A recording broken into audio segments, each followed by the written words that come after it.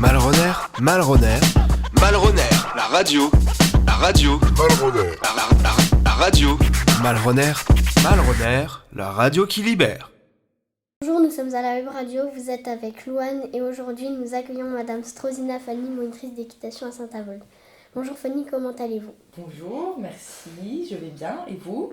Ça va très bien. Merci. Pouvez-vous vous présenter? Alors, je m'appelle Fanny, je suis monitrice d'équitation. Je travaille à l'école d'équitation de Saint-Avold et j'exerce ce métier depuis 3 ans maintenant. Voilà. Qu'est-ce qu'une monitrice d'équitation?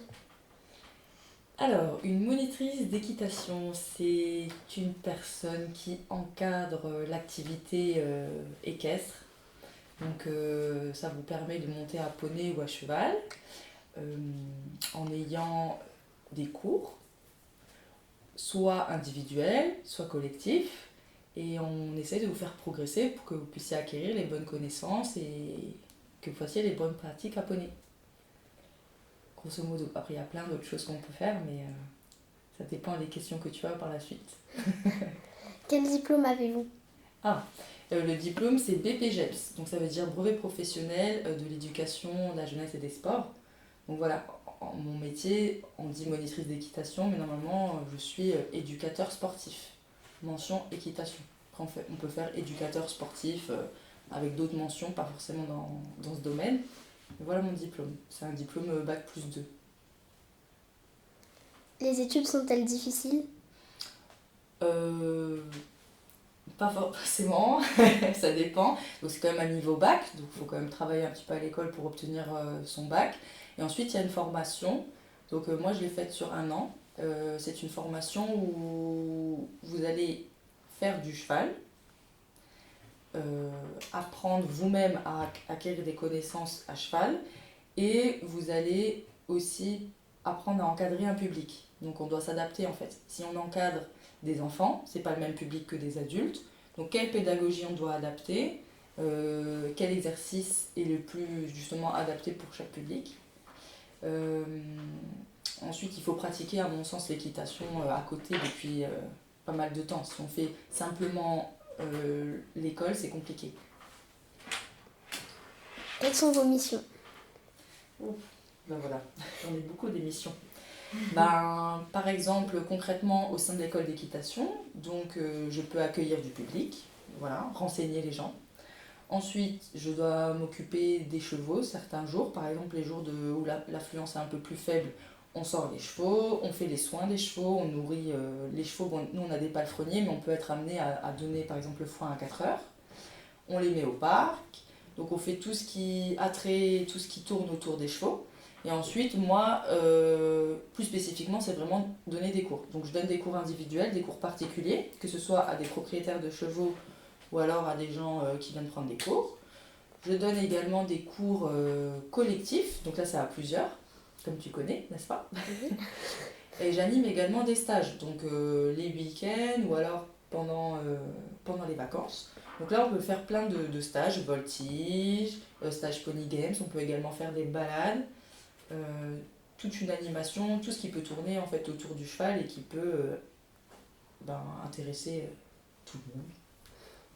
Voilà grosso modo mes missions. Combien d'heures faites-vous chaque semaine? Alors moi j'ai un contrat à 35 heures.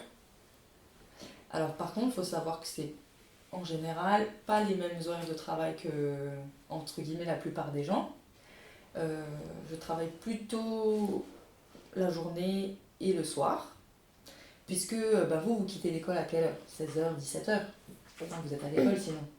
Et les adultes, c'est pareil, ils travaillent. Donc je donne plutôt des cours vers 17, 18, 19, parfois ça peut être jusqu'à 20h. Et bien sûr, nous on travaille aussi les week-ends. Parce que pourquoi? Pour la même raison. Vous êtes disponible le samedi. Donc je travaille le samedi et le dimanche, on organise beaucoup de compétitions ou de stages. Donc je travaille l'après-midi, en soirée et les week-ends. Après, j'ai des jours de repos du coup dans la semaine, en décalé un peu avec les autres personnes. Quel est le salaire en moyenne d'un professeur d'équitation? Je pense que d'un point de vue déjà législatif, c'est les 35 heures, on est au SMIC, hein, on commence donc au SMIC c'est dans les 1200 € net, et puis après on peut monter, donc moi je gagne un peu plus que le SMIC, et puis après ma responsable gagne encore davantage, donc ça va dépendre de la structure dans laquelle vous êtes et de l'expérience que vous avez. Quels sont les avantages de votre métier ? Alors moi, c'est vraiment un métier passion, hein. Je fais ça parce que j'aime les chevaux, donc je suis au contact des chevaux toute la journée, donc ça me plaît beaucoup. Je suis en extérieur, donc effectivement l'hiver c'est un peu plus compliqué parce que il fait froid, mais l'été c'est très agréable, là il fait très beau, le ciel est bleu, j'ai la chance d'être dehors et je peux monter à cheval. Donc j'ai des chevaux à monter. Ah oui, je ne l'ai pas dit dans mes missions. Oups, j'ai oublié. Donc j'ai des chevaux aussi au travail, que ce soit des chevaux de l'école qu'il faut travailler ou des chevaux de propriétaire. Donc ça me permet moi-même de continuer à monter à cheval, de vivre encore de ma passion et ça c'est un gros avantage. Et les inconvénients ? Comme dit, hein, c'est un sport d'extérieur, donc quand il pleut ou qu'il fait froid, il faut quand même être présent. C'est tout de même physique. Donc parfois il y a des petits bobos qu'il faut soigner. On peut faire une chute. Il faut savoir se préserver à ce niveau-là. Et les inconvénients, oui, c'est parfois d'être en décalage avec d'autres personnes au niveau des horaires de travail. Il faut s'organiser d'un point de vue professionnel, mais ça c'est une formalité. Voilà. Quelles sont les qualités pour devenir enseignant d'équitation ? Alors, je dirais déjà qu'il faut être un minimum pédagogue, hein. C'est quand même le cœur du métier. Donc, c'est-à-dire s'adapter à tout le monde. On ne peut pas donner les mêmes consignes, à mon sens, et enseigner de la même manière à tout le monde. Déjà parce que vous êtes tous différents, vous avez tous un caractère différent, vous avez tous des émotions qui sont différentes.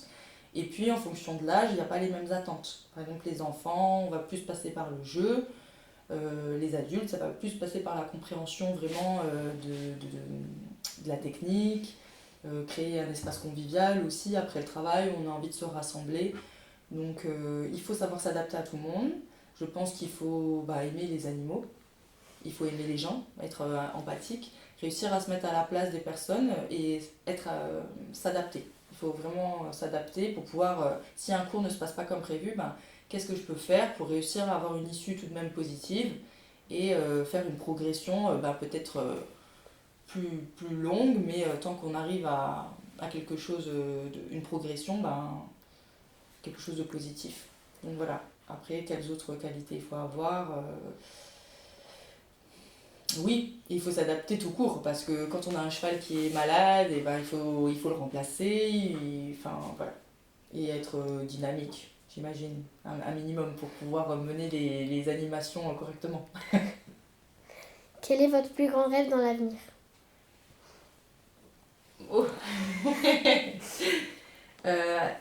Alors, mon plus grand rêve dans l'avenir. Alors déjà, j'aimerais que tous les chevaux puissent bénéficier de conditions de vie correctes. Donc, c'est-à-dire leur offrir des box suffisamment grands, des espaces verts pour qu'ils puissent être avec les copains, vraiment avoir des conditions qui se rapprochent le plus de celles qu'ils ont dans la nature. Donc ça, ce serait déjà chouette qu'on puisse tous avoir ça. Et moi, j'aimerais que, à titre perso, qu'on prenne plus le temps.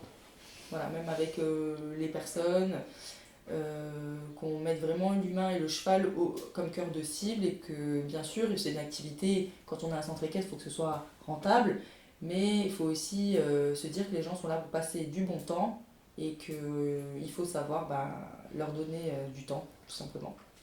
Et moi j'aimerais un jour pouvoir avoir une activité à moi et qu'elle soit épanouissante et florissante pour moi et pour tout le monde. Donc, voilà. Merci d'avoir répondu à nos questions. Nous avons appris plein de choses sur votre métier. Bonne journée, restez connectés sur Malraux-Mer. Bonne journée, merci à vous. Venez au spectacle d'équitation le 24 juin à Saint-Avold.